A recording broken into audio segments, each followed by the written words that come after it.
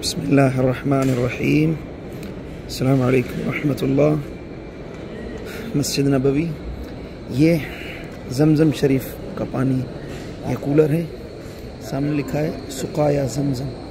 सुकाया ज़मज़म यानी पानी, ज़मज़म शरीफ का पानी। इसका इंतज़ाम ये चेक करें, यहाँ कासातुन जदीद, ये गैर मुस्तमल गिलास है और ये मुस्तमल गिलास है। इन कूलर में यहाँ कुछ भी नहीं लिखा, यानी ये ठंडा पानी है। और यहाँ लिखा है गैर मुबर्रद, यानी ये गर्म पानी है, ये ठंडा ये गर्म। अब ये गिलास यहाँ से हमने भरा, गर्म पानी पी रहे हैं भाई, एसी चलता है, गला बैठ गया है।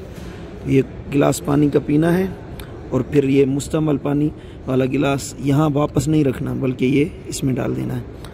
माशाअल्लाह, बिस्मिल्लाह बिस्मिल्लाह तवक्कल अल्लाह, बिस्मिल्लाहिर्रहमानिर्रहीम।